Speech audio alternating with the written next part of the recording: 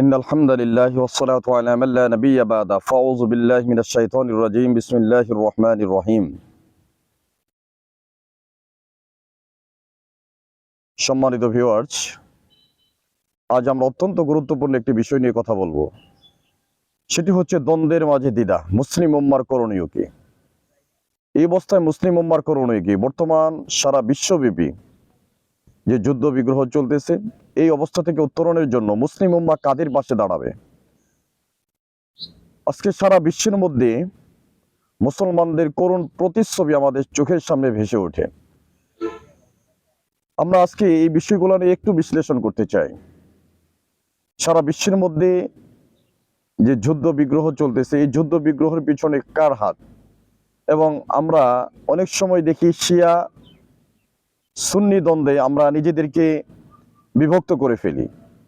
আমরা অনেকেই প্রশ্ন করি যে এখন এই মুহূর্তে ইরান যুদ্ধ চলতেছে, আমেরিকার যুদ্ধ চলতেছে, ইসরায়েল, বর্বর ইসরায়েল, তারা বিভিন্নভাবে সারা পৃথিবীর মানুষকে, মাত্র ইসরায়েলের জনসংখ্যা বা ইহুদি জনসংখ্যা হচ্ছে মাত্র ৮০ লক্ষ।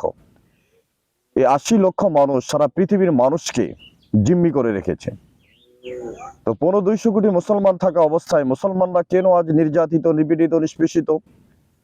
আর জৈনবাদী বা ইহুদি নাসারা যারা রয়েছেন, তারা কেন পৃথিবীর মোড়ল বা তারা কেন নেতৃত্ব দিচ্ছে সারা পৃথিবীব্যাপী? এখানে আমেরিকা যে যুদ্ধে জড়িয়েছে, সেই যুদ্ধের মধ্যে মুসলমানদের করণীয় কি? আমরা মুসলমানদের জন্য আমরা কি করতে পারি? আর সারা বিশ্বের মধ্যে মুসলমানরা যেভাবে নির্যাতিত হচ্ছে, এই পথ থেকে যদি আমরা উত্তরণ হতে না পারি, তাহলে মুসলিম জাতির জন্য আগামীর দিনগুলো আরো ভয়ঙ্কর হবে।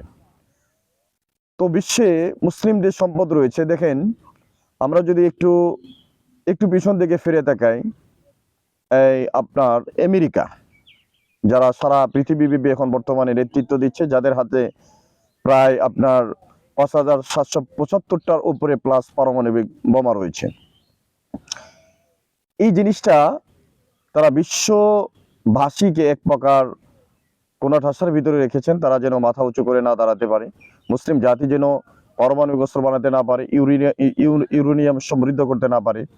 এই জন্য মুসলিম জাতির জন্য এটা খুবই ভয়ঙ্কর একটা অবস্থা তারা তৈরি করেছেন।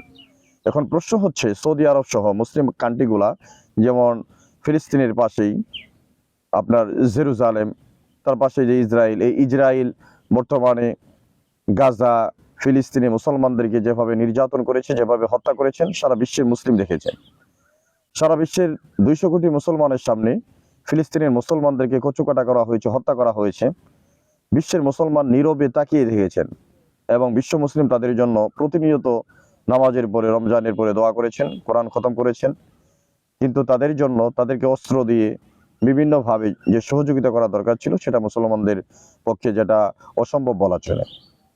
কারণ সৌদি আরবের মতো দেশ, যারা আমেরিকার সঙ্গে পেট্রো বাংলা নিয়ে আলোচনা হয়, কারণ তারা ডলারের বিনিময়ে পেট্রোল তাদের কাছে ক্রয় করে, এই যে একটা পেট্রো বাংলার নীতি তারা করেছেন, সেখানে দেখা যাচ্ছে যে ইসরায়েলেরা বিভিন্নভাবে মুসলমানদেরকে কোণঠাসা করা রেখেছে। মুসলমানরা এ ব্যাপারে কোনো কথা বলতে পারে না। এখন মুসলমানদের জন্য যদি শক্তিশালী কোনো মিডিয়া না থাকে, বা মুসলমানদের জন্য মুসলিম বিশ্বে আজ যেভাবে পতনের দিকে যাচ্ছে, এই পতন থেকে উত্তরণের জন্য মুসলিম বিশ্বকে অবশ্যই একজন দায়িত্বশীল ব্যক্তির দরকার। আপনি কিসের ডোনাল্ড ট্রাম্প, ইলন মাস্ক, তারা যে ক্ষমতার আজকে অধিকারী, অথচ মুসলমানদের এমন একজন শীর্ষ নেতৃত্ব স্থানে একজন ব্যক্তি ছিল ওমর রাদিয়াল্লাহু তাআলা আনহু, যিনি মুসলমানদের অর্ধ পৃথিবীর শাসনকর্তা ছিলেন। ওমর রাদিয়াল্লাহু তাআলা আনহুর যে ক্ষমতা বা পাওয়ার ছিল, এটা তো আসলে ইতিহাসের পাতায় আমরা দেখেছি। সে অর্ধজাহানের